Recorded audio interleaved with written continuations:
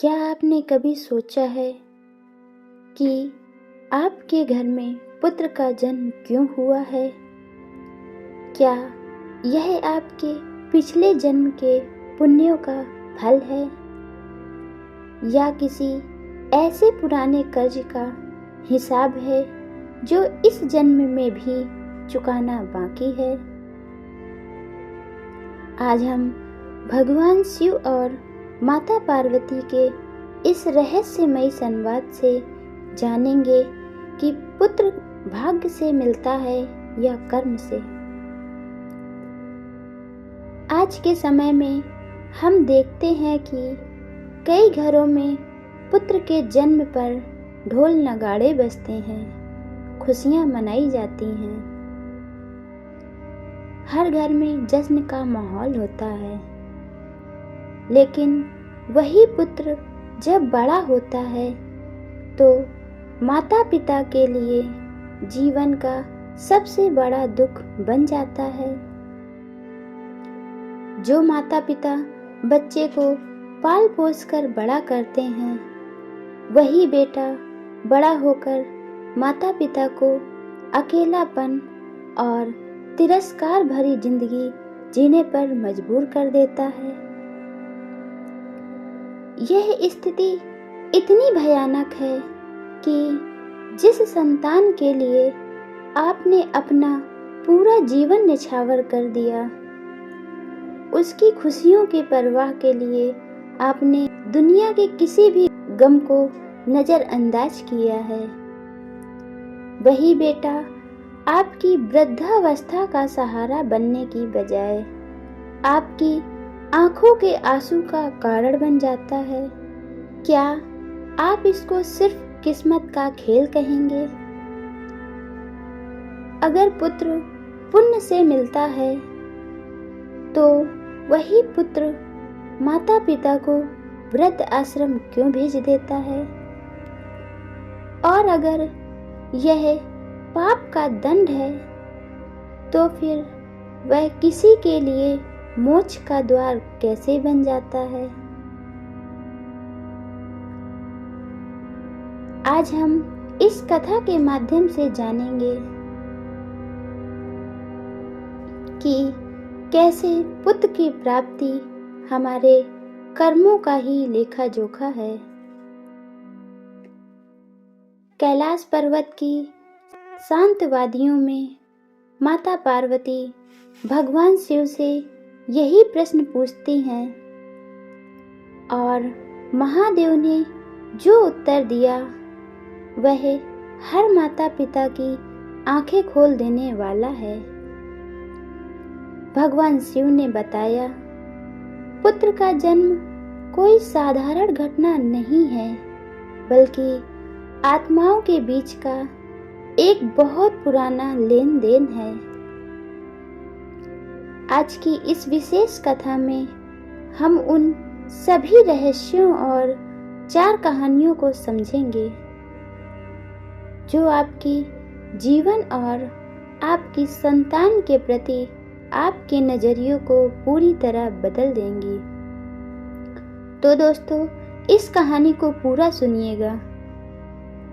इस कहानी के आखिर में हम आपके और आपके पुत्र के जीवन से जुड़ी कुछ ऐसी रहस्यमयी बातों को बताएंगे जिनसे आपका जीवन और आपका नजरिया पूरी तरह बदल जाएगा।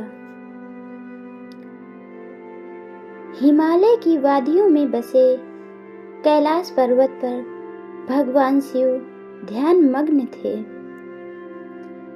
माता पार्वती उनके समीप बैठी थीं, जो धरती लोक की तरफ गहरे ध्यान से देख रही थीं। उन्होंने जो देखा वह उनकी मन को झंझोर गया। उन्होंने देखा कि कहीं पर पुत्र के जन्म का उत्सव मनाया जा रहा है, तो कहीं पर वही पुत्र अपने वृद्ध माता पिता को झकझोर रहा है। माता पार्वती का हृदय करुणा से भर गया।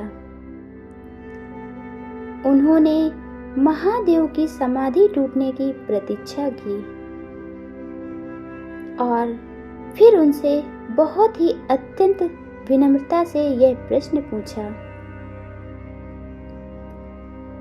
माता पार्वती कहती हैं, हे त्रिकालदर्शी, हे स्वामी, मेरे मन में एक संशय है।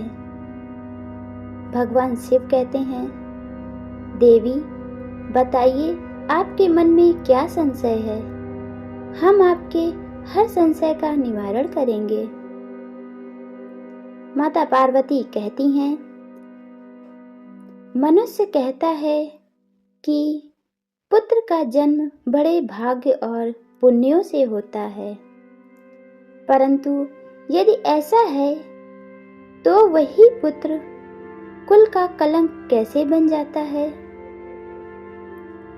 क्या पुत्र का जन्म केवल भाग्य पर निर्भर है या इसके पीछे कर्मों का कोई गहरा विज्ञान है? माता पार्वती के इस प्रश्न पर महादेव ने मंद मुस्कान के साथ अपने नेत्र खोले और उनसे कहा, हे देवी, मनुष्य जिसे भाग्य कहता है वह वास्तव में उसके कर्मों का ही संक्षिप्त रूप है। पुत्र का जन्म ना तो पूरी तरह से पुरस्कार है और ना ही पूरी तरह दंड है। यह आत्माओं के आपसी संबंधों, ऋणों और अधूरे रह गए हिसाब किताब की एक जटिल गांठ है जो एक परिवार के रूप में आकर खुलती है। महादेव ने एक कथा के माध्यम से माता पार्वती को यह रहस्य समझाया। वह कहते हैं, हे पार्वती, अब सुनो। प्राचीन समय में एक बहुत ही दानी और धर्मात्मा दंपति थे। उन्होंने जीवन भर भूखों को भोजन कराया और मंदिरों का निर्माण किया। उन्होंने कभी भी किसी भूखे को अपने घर से निराश नहीं जाने दिया। उनके घर पर एक पुत्र ने जन्म लिया। पुत्र के जन्म पर पूरे नगर ने कहा, यह उनके महान पुण्यों का फल है। परंतु जैसे जैसे वह पुत्र बड़ा हुआ, उसका व्यवहार अपने माता पिता के प्रति अत्यंत कठोर और अपमानजनक होता गया। वह उनकी सेवा को अपना अधिकार समझता था। उनके प्रेम का जवाब वह तिरस्कार से देता था। उसके इस व्यवहार से माता पिता अंदर ही अंदर पूरी तरह टूट चुके थे, परंतु उन्होंने कभी उसे त्यागा नहीं, क्योंकि कहते हैं, पुत्र भले ही अपने माता पिता के साथ गलत व्यवहार करे, परंतु माता पिता कभी उसे अपने से अलग नहीं कर सकते। एक बार वह पुत्र बहुत भयानक बीमारी से ग्रस्त हो गया। माता पिता ने अपनी पूरी जमा पूंजी उसकी सेवा में लगा दी, दिन रात एक कर दिए। उस सेवा के दौरान पुत्र के भीतर का अहंकार पूरी तरह खत्म हो गया। उसे यह आभास हुआ कि पिछले जन्म में वह एक अनाथ बालक था, जिसे इसी दंपति ने अपने द्वार से अपमानित करके भगा दिया था। वह इस अपमान का बोझ लेकर मर गया था, जो इस जन्म में वह ऋण चुकाने के लिए उनका पुत्र बनकर आया है। जब माता पिता ने निस्वार्थ भाव से उसकी सेवा की, तो वह पुराना कर्ज समाप्त हो गया। और इस पुत्र का व्यवहार अपने आप माता पिता के प्रति बदल गया। वह पुत्र एक परम भक्त बन गया। कहते हैं कभी कभी पुत्र आपके पुराने कर्जों को वसूलने आता है। यदि आपकी संतान आपको दुख दे रही है तो धैर्य रखें। आप अपना कोई पुराना हिसाब चुकता कर रहे हैं। महादेव ने आगे कहा, देवी, कई बार पुत्र का जन्म इसलिए होता है ताकि वह माता पिता के सूक्ष्म अहंकार को नष्ट कर सके। एक प्रतापी राजा था जिसे अपनी न्यायप्रियता पर बहुत गर्व था। उसे लगता था कि वह ईश्वर का सबसे प्रिय है। उसके घर पर एक अत्यंत तेजस्वी पुत्र का जन्म हुआ। राजा को लगा कि अब तो उसकी शक्ति दोगुनी हो गई है।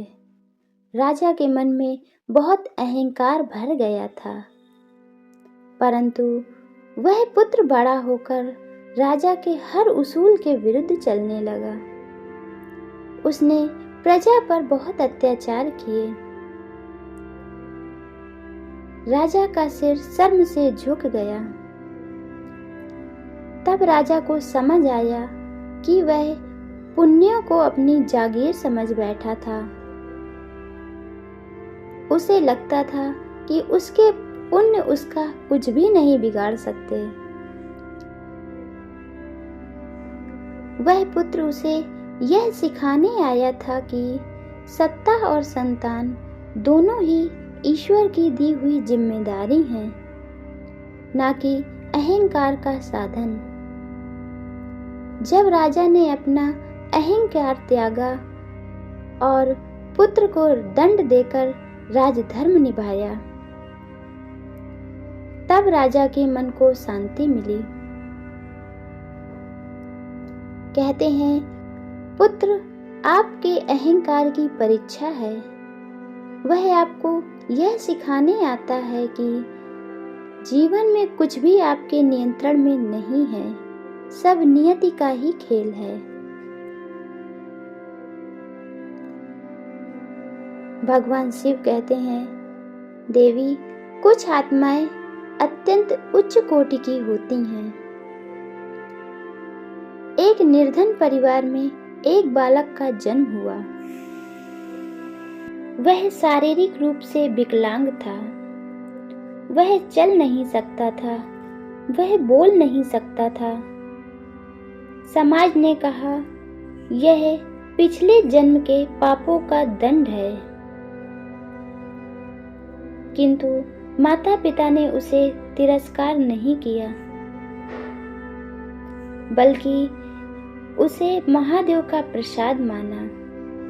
उन्होंने उस बालक की सेवा को ही अपनी तपस्या बना लिया। उन्होंने कभी ईश्वर को दोष नहीं दिया। वर्षों के बाद जब उस बालक की मृत्यु हुई तो साक्षात भगवान विष्णु के दूत उसे लेने आए। वह बालक पिछले जन्म का एक तपस्वी था, जिसे केवल करुणा का पाठ पढ़ाना बाकी था। उसकी सेवा करके उसके माता पिता ने भी बिना किसी तीर्थ के मोक्ष प्राप्त कर लिया। कहते हैं जिसे दुनिया अभिशाप मानती है, वह कभी कभी आपके लिए मोक्ष का सबसे सुंदर द्वार बन जाता है। महादेव ने अंतिम रहस्य बताया। पुत्र केवल माता पिता का ही नहीं, बल्कि पूरे वंश के कर्मों का फल होता है। कई बार 7 पीढ़ियों के कुछ अधूरे कार्य रह जाते हैं, जिन्हें पूरा करने के लिए एक विशेष आत्मा उस वंश में जन्म लेती है। वह पुत्र भले ही समाज की नज़रों में विद्रोही लगे, परंतु वह पुरानी सड़ी गली परंपराओं को तोड़ने और वंश को नई दिशा देने के लिए आता है। ऐसे पुत्र को समझना कठिन होता है, पर वह पितृ ऋण से मुक्ति दिलाने का माध्यम बनता है।